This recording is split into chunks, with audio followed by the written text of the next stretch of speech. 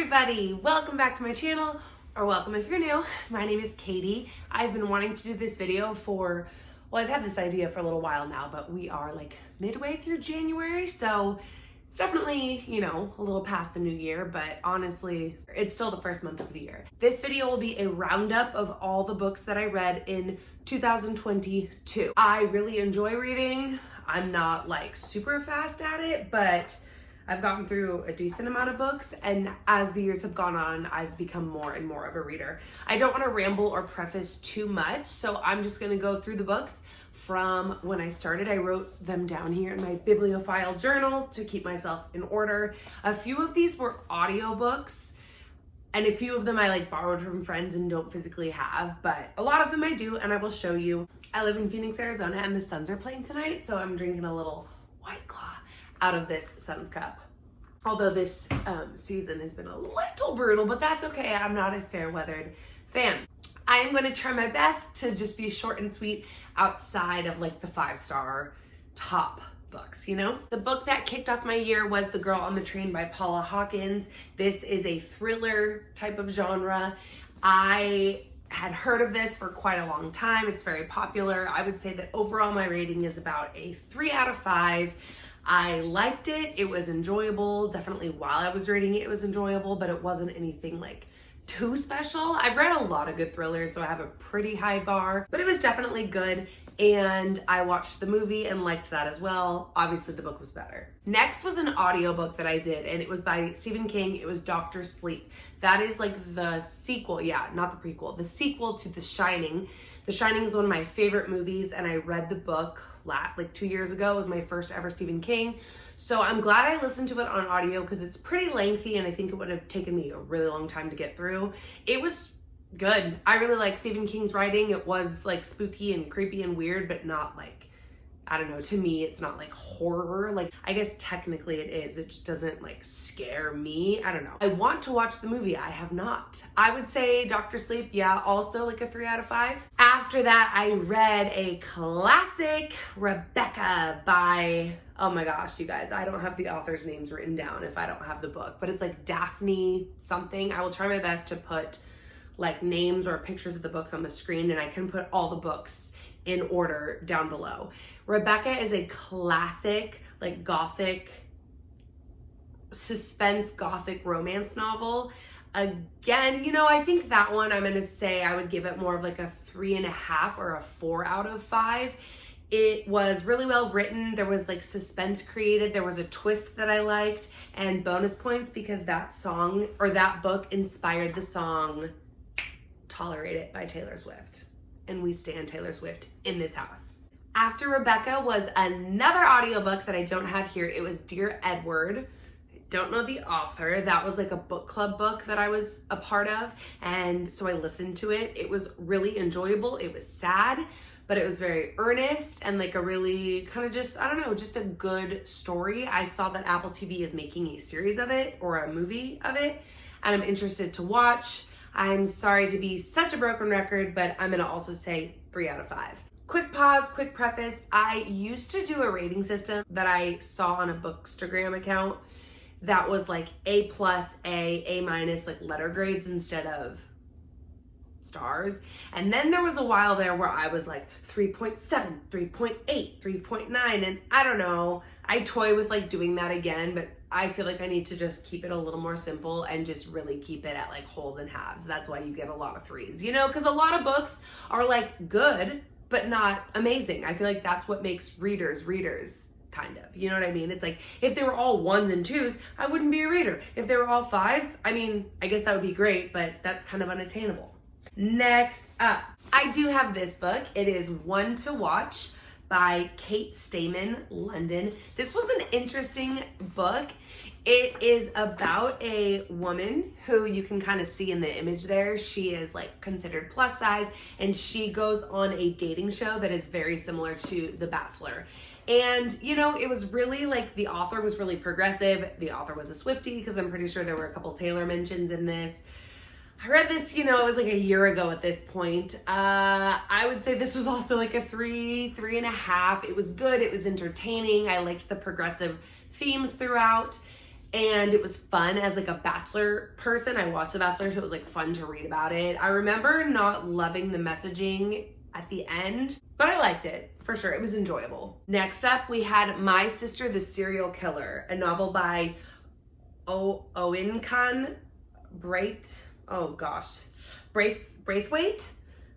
No way I said that correctly, but I tried. This was really interesting. This was one I was really excited to read. First and foremost, I have to say that I love that this is a Black author and that this novel had nothing to do whatsoever with Black trauma, you know, the Black experiences, like from that lens. And I think that's important for there to be pieces of work out there by creators of color, authors of color, and everything that aren't just centered around the pain and the traumas of minority groups, you know, and all of that. So this was literally about two sisters. One of them is a serial killer.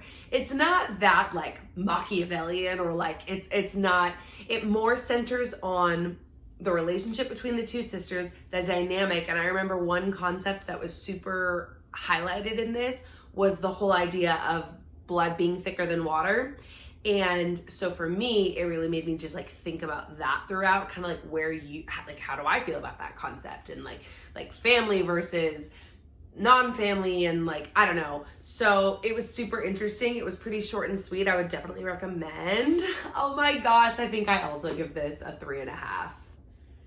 I don't know, am I being a tough critic? You know what, I feel like last year, I don't know, I didn't have that many books that wowed me. I don't know, let's keep going. Okay, the next two were really good. One of them was called Black Buck. I think the author is Matt something. This one was an audiobook. It was one I was pretty gripped in by the cover, to be honest with you. It was about a young Black boy, I believe in New York, who worked at a Starbucks at the bottom level of like a big firm, a big like business firm, and somebody from the company, I forget exactly what kind of, it's like sales or whatever, somebody recruits him from the Starbucks to work for them because they see like this drive in him. And it is just this story of this like young Black boy in this crazy, like intense sales job where it's all just like, it's ruthless and it's like numbers, and like work. And I remember one thing I really liked about this book, it was entertaining. The way it was written was just really good, but it touched on a lot of topics that I found really interesting. It definitely touched on racism and misogyny and like, you know, just, I mean, it touched on a lot, but it was really interesting. I really liked it. I want to say in my Instagram, I rated like my top 5 books of the year, and that I think was number 5. It was in my top books of the year. So I think I would have to give that one at least a 4-star. I liked it a lot. Okay, next was this guy. This is The Hate U Give by Angie Thomas, and this was my first 5-star book of the year, I remember. So this, I think, is actually a YA book. Clearly it's won like awards and stuff. I am typically not a huge YA girly for whatever reason. I just don't know. Sometimes I go there, but not often. This was so powerful to me. It was so easy to read. This definitely is about race and racism, and so that I'm sounding probably a little bit like a buffoon to even say it like that. But first of all, if you didn't know, The Hate U Give, it's like the acronym, it's for thug, which is something that people of color and Black people can often be referred to. They can refer to themselves that way, but also like it's like a societal thing that is said about them in like a negative connotation. And this is basically about a teenage girl who is living, if I remember correctly, she lives in like a poor Black neighborhood, but then she's really intelligent, like, you know, just one of those like uber smart kids who goes, right? Yeah. So she like goes to this other fancy like prep school that's not just her local public school, but it's in like the rich white neighborhood. And so she's like the one Black girl in this like white, you know, society, but then when she goes back, it's just like the hood. And there is something that happens. I mean, it literally says it in the thing, but basically her friend is killed by a police officer. And so like, yeah, it definitely touches on police brutality, and it's just so good. It's definitely heartbreaking, but I was so like inspired also, and kind of felt like empowered, and I just really, really liked it. I don't remember what number this was on my top 5 list, but it was on there. Maybe, I don't remember, maybe it was number 4, but yeah, this is a 5-star. Love, love, love. I think there's like more books that are by this author, kind of like sequels or kind of like affiliated with The Hate U Give. Let me know, definitely, any recommendations or if you've read any of these books. So yeah, The Hate U Give. Next up was another audiobook. It was Yearbook by Seth Rogen. Pro tip, listen to the audiobook because he narrates it. He is so funny. It was just like a collection of essays. I think I gave that one like a 4.8 or a 4.9. I mean, I guess I'm gonna have to just say it's a 5. I don't know, or maybe I will just stick with my, because it's like, you gotta be just like a real, just undoubted, across the board, perfect 10 kind of thing to get like that 5-star rating. But I did really like it. We'll say 4.5. It was entertaining, super entertaining. He's hilarious. Loved it. I'm just not a huge nonfiction girly, but I loved it. Speaking of nonfiction, the next one that I read was nonfiction. It was this, Uncomfortable Conversations with a Black Man by Emmanuel Acho, I think is how you say his name. So this, again, I don't typically care that much for nonfiction. I will choose fiction 9.999 times out of 10 over nonfiction. But this was one that I wanted to read. I wanted to learn more and more, and I don't know, just get some more information. I thought this was a really good concept. I've seen him before, and he does this where he'll kind of just do the work, have those hard conversations that I think are necessary to have in order to make change, really with a variety of subjects, not just with like Black people. But anyhow, that's what this is about. And the way that this is laid out, it is so good. He breaks it into different sections where it's just like anything you could have ever thought of or wondered about. He's not afraid to talk about it. He talks about it. There are the questions in there. Like there are sections where it'll be like, well, what about this? It'll bring up like stereotypes, and it'll bring up things where like maybe somewhere in the depths of your mind, you have like heard these things or thought these things or whatever. He tackles it. He's just like, okay, well, here's my answer to that, and here's why. And it comes from like a very open, like, this is everybody's responsibility. Let's all come to the table. Let's all have these conversations. No topic is off limits kind of place. And it's really important, like, subject matter. It's really intense and everything, but it's not, I don't know, the tone was not, it was just really like informational. And if you're willing to like do this important work, like there are resources, So the name, like chapter 1, the name game, Black or African American ? Like that is something that I'm sure a lot of people get uncomfortable about as far as like race goes. And they're like, oh my God, do I say Black? Do I say African American? Whatever, blah, blah, blah. Like, it talks about implicit bias, white privilege, cultural appropriation, the angry Black man. It talks about the N-word. Like it's really good. It's really good. Highly recommend. 5 out of 5.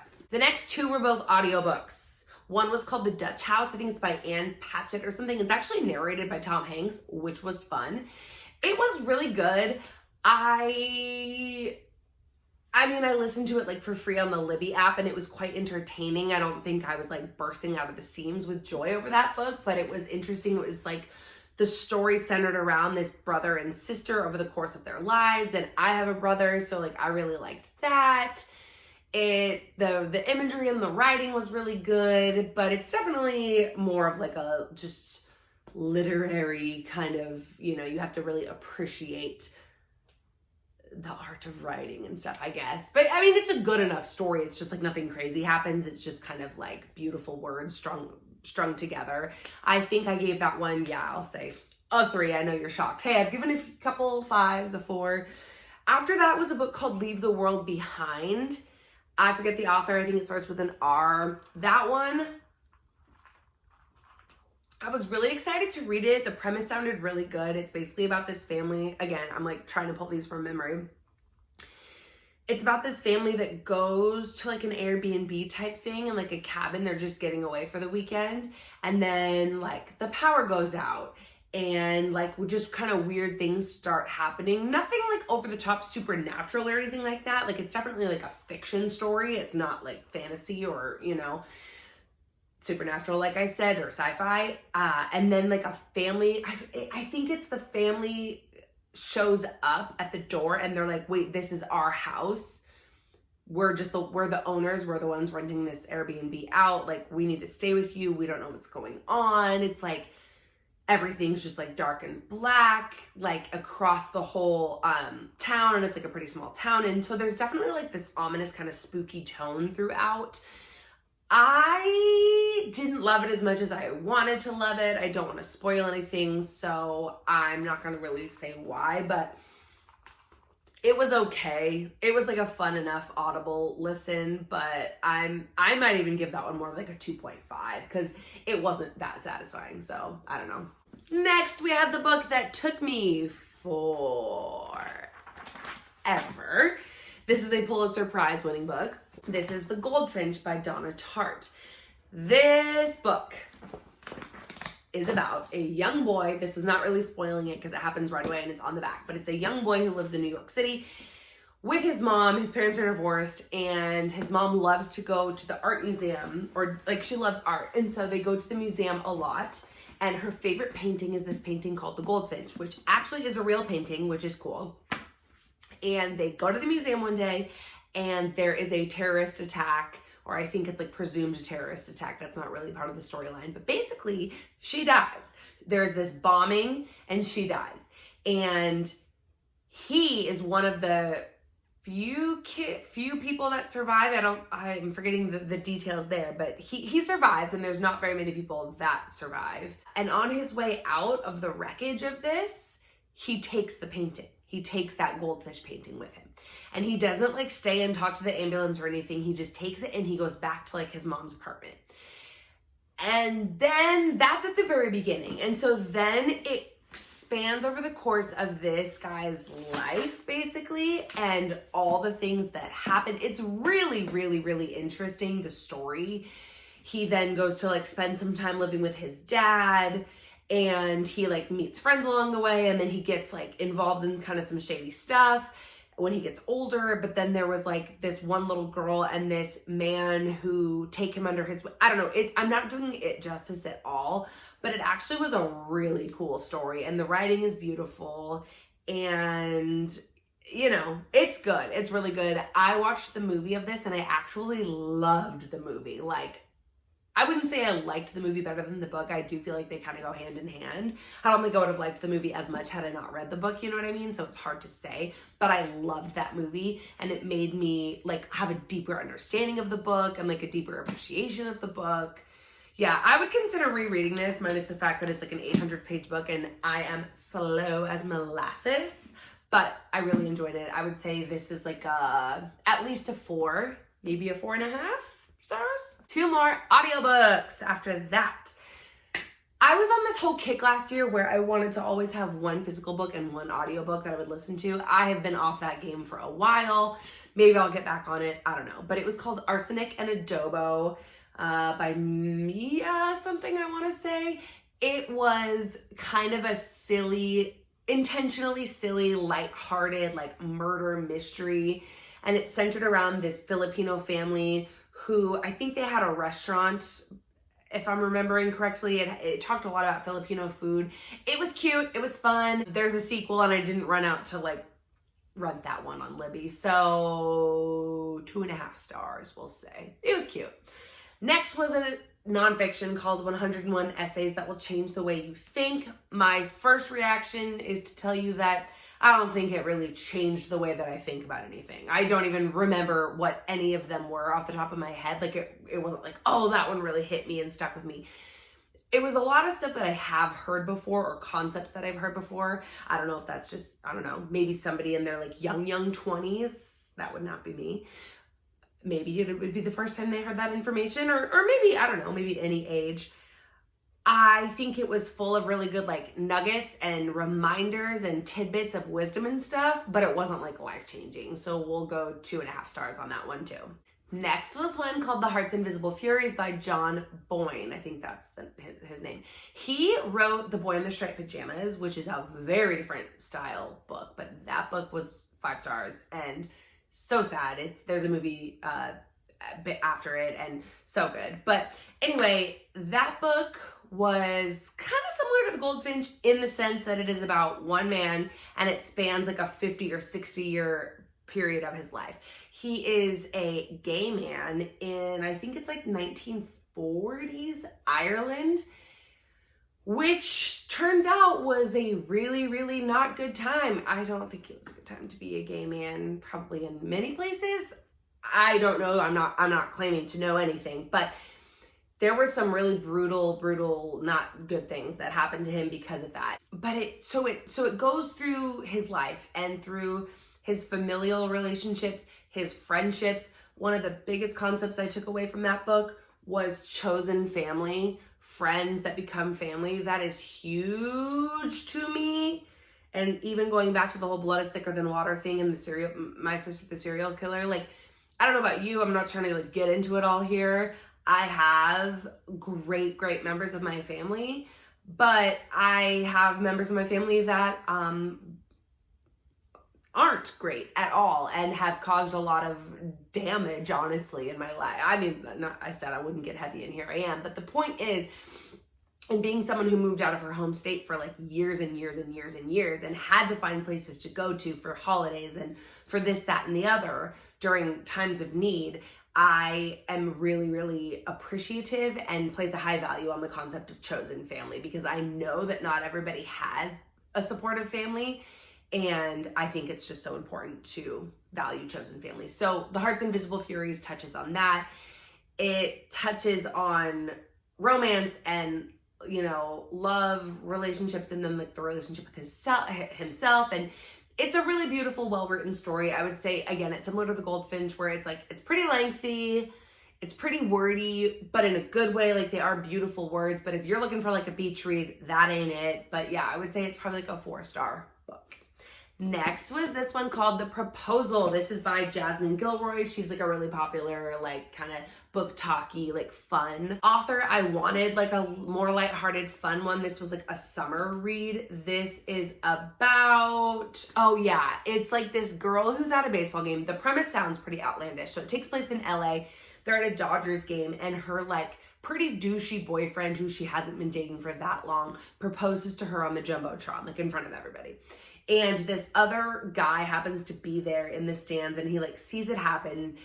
And then like, I think she tells him no. I'm forgetting the details, but later on that guy who saw her like in the parking lot basically like comes up and like saves her from that situation. Okay, that's the beginning point. Then things ensue. This is a romance novel. But one thing I loved about it is it was just fun, enjoyable, lighthearted, and pretty realistic. Like, outside of maybe that beginning premise of although that could happen too, it didn't feel too cheesy, didn't feel too anything. It felt real, relatable. I liked it a lot. Yeah, I would say 3 stars, 3.5. We'll say 3.5 stars for The Proposal. Next up was a huge book this year. It was Lessons in Chemistry by Bonnie something. I also listened to this one on audio, and it was while I was teaching summer school. I remember, so I was like pretty busy. I feel like I could stand to reread it or like re-listen to it. It was super cute. I feel like it's definitely getting a lot of hype, and so therefore I think it's letting some people down from the hype, which can happen.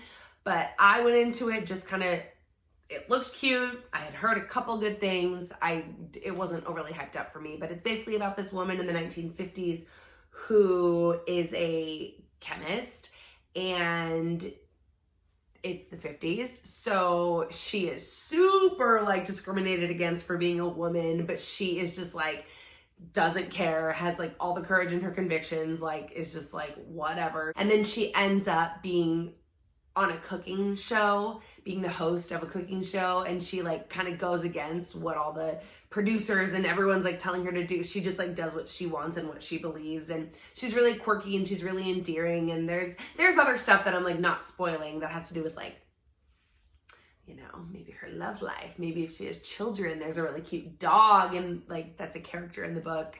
And they're making a mini-series of this. I think it's coming out soon. So I really liked it. It was on my list of like top 5 books of the year. I would say that I'm gonna give that a 4, maybe even a 4.5 stars. Yeah, I liked it a lot. Speaking of things that are hyped up, after that I read Where the Crawdads Sing by Delia Owens. I know there's some controversy. I know, okay? But I had to read it. I wanted to read it, so I read it. There was a fire lit under me when the movie was about to come out, because like Taylor Swift had this song in the movie and all of that. And so I read it. I really knew nothing about it. I like it that way. Usually I like to be recommended something and then not really have context. It's like I want to have like somebody vouch for it, but that's really all I need, because I'm like open to different genres and stuff like that. So this is all to say that it is a 5-star book for me. It had everything in it. It was coming of age. It was murder mystery. It was like a nature fiction. I don't know if that's like a genre, but it was written about these like swamplands in the marsh, and it was just so vivid and interesting. That's something that like I don't know anything about and typically wouldn't like seek information out about. But yeah, it was just really good. Satisfying endings, satisfying like character development. You're rooting for the main character. Like, yeah, I really liked it. Honestly, 5 out of 5. The movie was good. The book was better. Not because the movie was bad, but just because that is how it often is. Unfortunately, after that, I think I have what was my worst book of the year, and it was a book I listened to on audio. Peace and love to this author, like, and peace and love to you if like you like love this book or anything, like truly. Maybe it's a me thing. I'm the problem, it's me, you know? Oh my God, that was too much, Katie. That was very corny. But it was called The Perfume Thief. I couldn't even really tell you what this is about. It's like set in World War II or post-World War II Paris, and it's about this woman who she's like old, she's older. She's like, I don't know, in her 60s or 70s, and she was like a spy in the war. And she is a perfumer, and she specializes in perfume, and it's like this whole thing, and she's gay, which is cool. Like there's so many things that it's like World War II, perfume, Paris, like LGBTQ, like whatever, all these things that like pointed at me with a million arrows, but like I could not follow that storyline. It was boring. It felt unnecessary. Honestly, I gave it like a 1 star, maybe a 1.5. The best part was the descriptors of the perfume. I loved that. But outside of that, okay, thanks guys for bearing with me. We're getting there. How was my rambling doing? I don't know. Next up, we had a 5-star read, Malibu Rising by Taylor Jenkins Reid. Signed copy. I guess I didn't even realize I had a signed copy. Hey, oh, that's right, because I got this in Portland at Pals. Shout out, I miss you, Oregon. Okay, I love Taylor Jenkins Reid so much. This was my 3rd book that I'd ever read of hers. I read 7 Husbands, I read Daisy Jones, then I read this. I have since read Carrie Soto. Spoiler alert, it is 5 stars as well. Double, triple spoiler alert. I got all the rest of the Taylor Jenkins Reid books for Christmas. I'm so excited. But anyway, this is set in Malibu. It is, when is this? Like in the 60s and 70s, I think. She typically does this like historical fiction. It is about this family of 4 siblings, and they are like rich and famous, and their dad was rich and famous. And it just tells you all about the family and all the different intricacies of the family. There's this big party that happens at their house every year in the summer. And that's like, I think this story, if I remember correctly, it chronicles like the specific party, like the party of that specific summer. It'll flash around to different points in time that give you context, but like the bulk of this plot is like this party, this one night, and what happens. And it's just so good. And one of the main characters named Nina is just like, I just love her so much. The visuals, the aesthetic. I love the way Taylor writes about her characters. I love the way Taylor wraps her books up. I've never been unsatisfied with one of her endings. She does, I feel like she does right by the characters. She does right by the storyline. This is going to become a show. I can't wait to see the visuals for this. There is surfing, there is modeling, there is drama, there is, I mean, it's just great. I loved it. After that, your girl had another nonfiction, which was Atomic Habits. Now, I did end up purchasing a hard copy of that, but I don't know where it is. I listened to it on audio, but I did, purchase it. So that's good. That's telling you that I enjoyed it. Again, not really a nonfiction girl. It feels more like work than like, it's more like business versus pleasure but it was good. Considering it's nonfiction, it's hard for me to separate. I'm like, no, it's nonfiction. I'm gonna give it a 2. But like, it was good. And for nonfiction, I would say it's probably like a 4-star.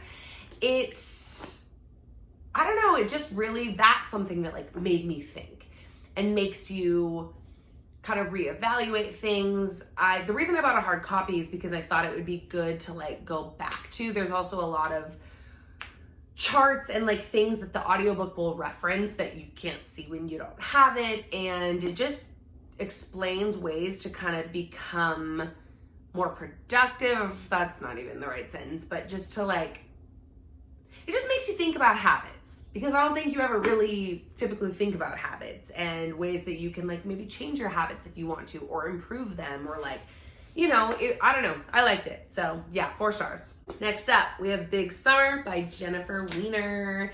This again is kind of like one of those, like cutesy, fun, summery books. And it was that, like kind of a beach read, kind of just like a chill, but it was way more, what's the word I'm looking for? Like it had so much more substance than I think I thought at literal face value. Yes, it was like a fun, steamy at parts like beach read, but there was like mystery and like drama and like kind of deep emotional lessons weaved in. And overall, yeah, I really liked it. It took place in Cape Cod, so that was like fun. I'm gonna give this one a 3.5. It was really good. Really fun summer read. Yeah. Okay, next I'm going to talk about this trio that I read. So this is The Summer I Turned Pretty by Jenny Han. How cute is this trio? These are YA, which I said I don't typically go for, but I did go for it. So this happened during the summer. I started the show. I had no intention of starting the show, and then I started the show. For about halfway or the whole thing of the first episode, I'll be honest with you, I was like, I don't know if I'm gonna watch this because it's a little cheesy, it's a little hokey, it's a little whatever. But then at a certain point, you just let go and let God, and you're like, you know what? When I appreciate this for what it is, this is great. This is so entertaining. Like when you're not like expecting it to be some life-changing, like Oscar award winning, this, that, and the other, then like you're able to enjoy it in a different kind of way. And that show was so good. The music was so good. It was just entertaining. It was just like a fun, like I'm a teacher, so I was on summer break, just like watching that show. And by the end, I was like, I need to read these books. So I immediately ordered the book series. The first season of the show was based on book 1. So yeah, I mean, it's already confirmed that there's gonna be more. So I don't know if there will be 3 seasons. One would assume, because there's 3 books. But what I will say is that the show definitely went a little rogue from the book. So really, I guess they can do whatever they want with the show because it doesn't exactly follow. I'm going to rate these as a whole series, and I'm going to give it maybe like a 3.5. Possibly a 4, but I'm going to say 3.5. Fun, entertaining, young love. In the third one, they depict like a young college relationship, and I swear, at least for me personally, I have never felt more like I know exactly what they are talking about. Like like it depicted what it's like to be in a relationship around that age, like in your young 20s. And I've never felt so like this came out of my brain and my body and my mouth. Like it was just so relatable to me, and that was like a fun feeling to experience. Overall, it was satisfying. I think like when it comes to a series, you want to see it through. You want like to feel satisfied with the character arcs and the storylines, and it was good. So yeah, I recommend it. 3.5. Did I say that? 3.5. Okay, next up, we are almost done, guys, so hang in there. If you're still with me, like, leave me a book emoji down below in the comments. Thank you so much. I read The Testaments by Margaret Atwood. This is, how do I explain this? So I read The Handmaid's Tale and then I started watching the show. The Handmaid's Tale book is equivalent to season 1 of the show, and they're pretty, like, they follow each other. Then there are like 4 or 5 extra seasons of the show. I'm all the way caught up. There's still gonna be like 1 or 2 more. This was written only a couple of years ago. So it's like post the show being out. The original Handmaid's Tale was written in like the 60s. So there's been a long gap in between these 2 books. But this is, I think it's considered is it a prequel? I don't think it's a prequel. No, I think it's a sequel. It's like part prequel, part sequel. Like it expands into some other characters and you just like learn more about them, but I do think it's actually considered a sequel. One of the characters that you hear from is Aunt Lydia. So if you watch the show at all, like that's super cool. The other 2 characters, you don't really know who they are. And then part of me is like, okay, is the show gonna follow this at all? Like, I really don't know, because it doesn't super follow the show. It's kind of just like additional information, but it was really good and really well written. It's basically like these journals or these perspectives from 3 different characters, one of whom is Aunt Lydia, and then, yeah, the other ones I don't want to tell you about. But it was really good. I really liked it. I would say I'm going to give this like a 4 star? 4.5? 4. I liked it. If you like The Handmaid's Tale, like, read it. There was also one that I read, Canary Row by John Steinbeck, right? Is that the author? A classic. It is really good. The only John Steinbeck I've ever read is Of Mice and Men. I read that in high school. This one is written about, yeah, Canary Row. I don't know if I'm saying that right, but it's like in Monterey, California. And the thing I loved about this novel, first of all, I always find it cool to read like classic novels by like classic authors. I just find that interesting. There's just something there. That historical piece is just cool. You know what I mean? John Steinbeck is a really good author. And the thing is, that book is kind of about nothing.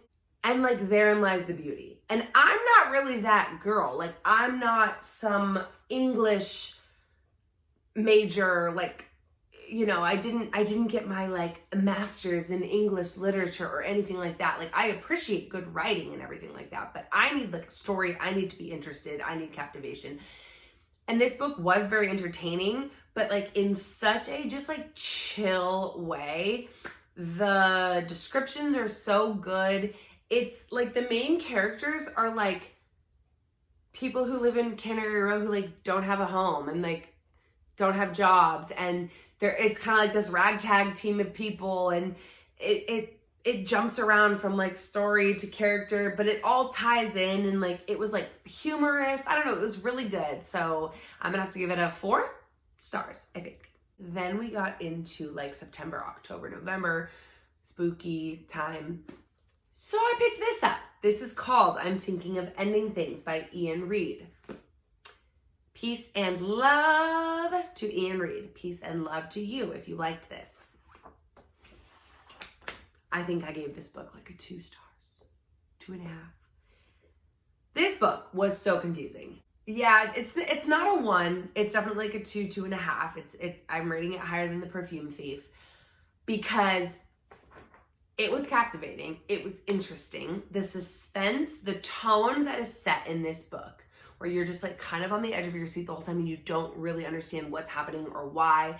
It's very like subtle. It's not some overt suspense book at all. It's very chill. That was impressive. Like just the way that tone was set. I don't want to spoil it, but let's just say I didn't care for what happened at the end. It just was deeply unsatisfying to me, kind of bizarre. And I think bizarre can be fine, like when it's done right. And like all different things can be done in the right way. And for me, this just wasn't. This was also made into a movie, which I'm glad that I didn't watch first. And I didn't even end up watching because a lot of people were like, yeah, that movie was weird and the book was weird, and peace and love. If you have different perspectives, like, let me know. I mean, like, it's actually pretty deep. Like the I don't know, I can find appreciation for things in this book, but like it wasn't at face value. No, it didn't entertain me. Like, it was weird. 2 stars, 2.5 stars. Okay, next up though, speaking of spooky things, we had Carrie by Stephen King. Now, I have seen this movie when I was like too young probably to be seeing this movie, like 10 years old or something like that. Maybe, I don't know, 12, 11, whatever. And then here I was years and years and years and years later reading it. So I kind of liked that though, because it was like I had a base of the story in my brain, but I obviously don't remember every detail. I probably didn't even understand every detail at the age I was when I watched the movie. So it was nice to just like kind of know. So I didn't get like lost in the book, but like still not really know. And so it was still felt new. This was I guess technically my 3rd Stephen King. I read The Shining and then I listened to Dr. Sleep and then I read this. I am a fan. Sign me up for some Stephen King. Like, he has a very unique writing style. I know he has like 8 million books. First of all, I respect this man. I mean, I don't know. That's a whole other story. But like his Twitter feed, thank you so much. Love to see it. Anyway, I think too, this was like the 2nd novel he ever wrote. And I think The Shining was the first, which that was a fun fact. These are 2 of his most famous of all time, like most acclaimed. It's creepy and weird and like just bizarre, but you can like picture it. I don't know. I think it'll be really cool to read something by him where I don't know the storyline, because I already knew The Shining. I already knew this. Dr. Sleep was new to me, but it did have like the same world of The Shining.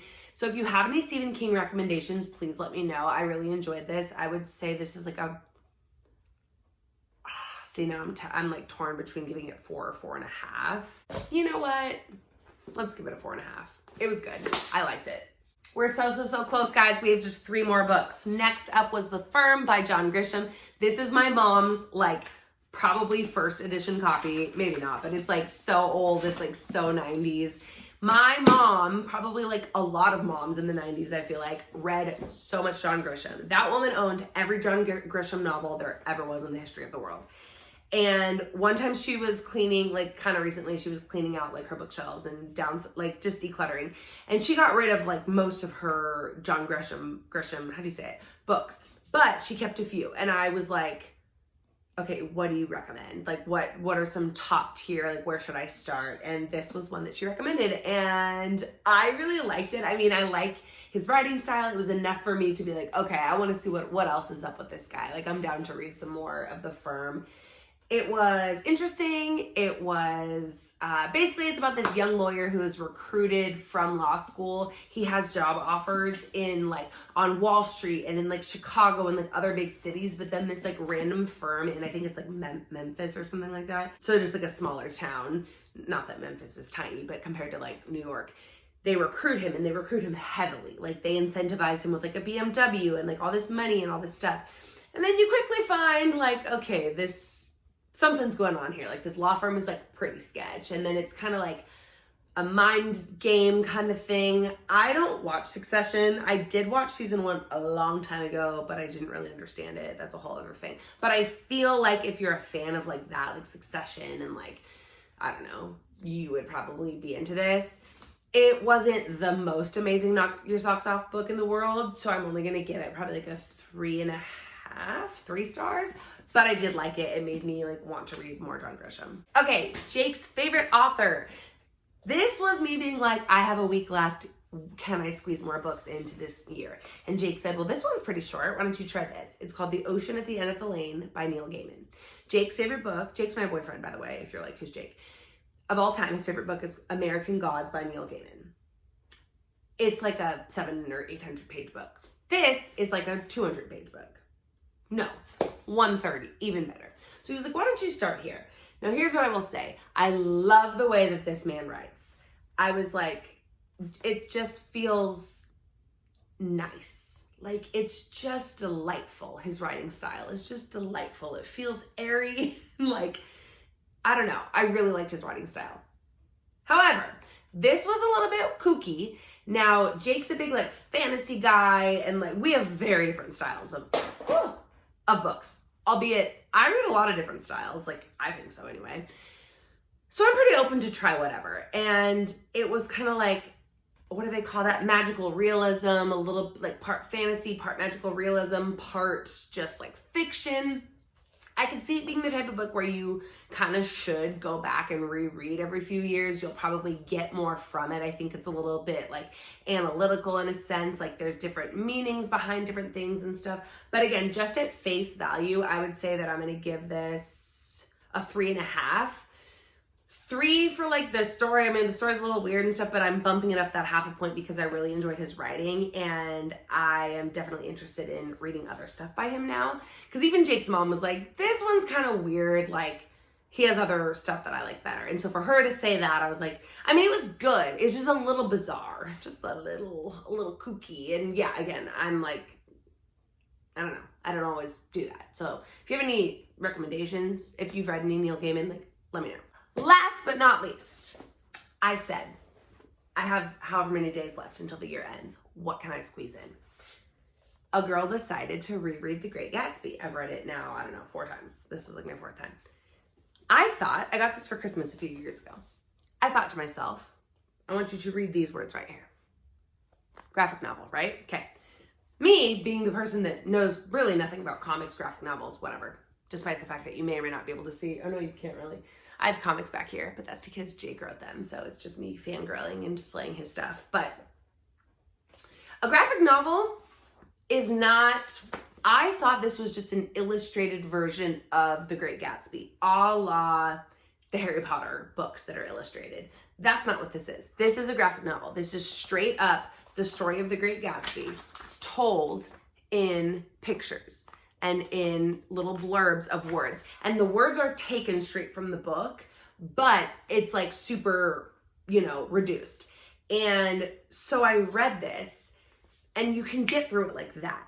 But then I was like, you know what? I loved this. I mean, The Great Gatsby has always been one of my favorite books. The visuals, the pictures, all the little like details that you're able to fit into this style of a novel, of this medium of storytelling, it just made the story better to me. It enriched it, it enhanced it. Like, I was just so all in. So like 5 out of 5, 10 out of 10. It's obviously an incredibly like famous story with good reason. There are so many good quotes. There is so many good little nuggets of wisdom and stuff like that. And this was so good. And then because I finished that so fast, I was like, okay, let me reread the actual book also. So back to back, I did the graphic novel and then the novel. The book is short and sweet. It's like 180 pages. It's so good. Like, if you haven't read The Great Gatsby, like, please read it. I know some people can think it's like a little pretentious and like or like, I don't know, just kind of not it to be like, The Great Gatsby is my favorite book, but like, it's good. It's so good. So 5 out of 5, 10 out of 10. Love, love, love, love, love, love. And that was how I ended my year, with those 2. So if you've made it this far, you're a legend. I would love to hear what you think. If you've read any of those, if you agree with me, if you disagree with me. Although if you disagree with me, I would appreciate you being constructive and like kind about it, but I'm open to hear what you think. Just don't be mean, right? I would love it if you would subscribe. I do a little bit of everything. We talk about books, we talk about Taylor Swift, we talk about our lifestyle, we talk about makeup and perfume and all that good stuff. So thank you so much. I hope to film a Midnight's update feelings kind of breakdown a la Bonnie and Emily, but nowhere near as good as them. Style video next, so be on the lookout for that, and I will see you later. Love you, bye.